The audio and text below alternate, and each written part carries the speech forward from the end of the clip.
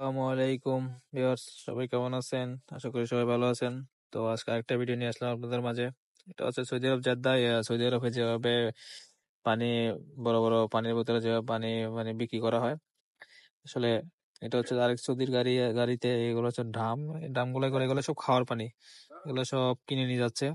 এটা হচ্ছে যে বাকালা বলা হয়। তো এখানে পানির মেশিন আছে, পানি ক্লিন করে। তো এগুলো সবগুলো পানির বোতল।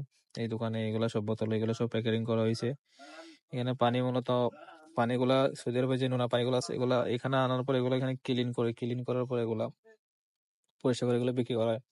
এই যেগুলো সব বড় বড় বোতল, এগুলো দাম, এগুলো সৌদি আরবে যে সৌদি উনি নিয়ে আসছে। আর আমিও আসলাম আজকে পানি নেওয়ার জন্য। তো আমার এগুলো রান্না বান্নার কাজে পানিগুলো ব্যবহার করি। পানি ক্লিন আছে, তারপরে এগুলো খাই না, কারণ যে ছোট ছোট বোতল যেগুলো আছে ওগুলা পানির কেস কিনে নিয়ে আসি, কারণ ওইগুলা একটু ফ্রেশ বেশি। আর এগুলা তো রান্না বান্না করার জন্য ঠিক আছে। এই যে বড় বড় বোতল দেখতেছেন, এগুলোর মধ্যে এগুলো করে পানি নিয়ে যেতে আসছি। তো এগুলা এক বোতল পানি হচ্ছে যে 2 রিয়েল, সৌদি আরবের 2 রিয়েল। তো বাংলায় প্রায় 60 টাকা আর কি। এরকম এই যে বড় বড় এই যে বোতল, সাদা সাদা বোতলগুলো দেখতেছেন, এগুলা বাংলা টাকায় 60 টাকা পড়ে এক বোতল পানি।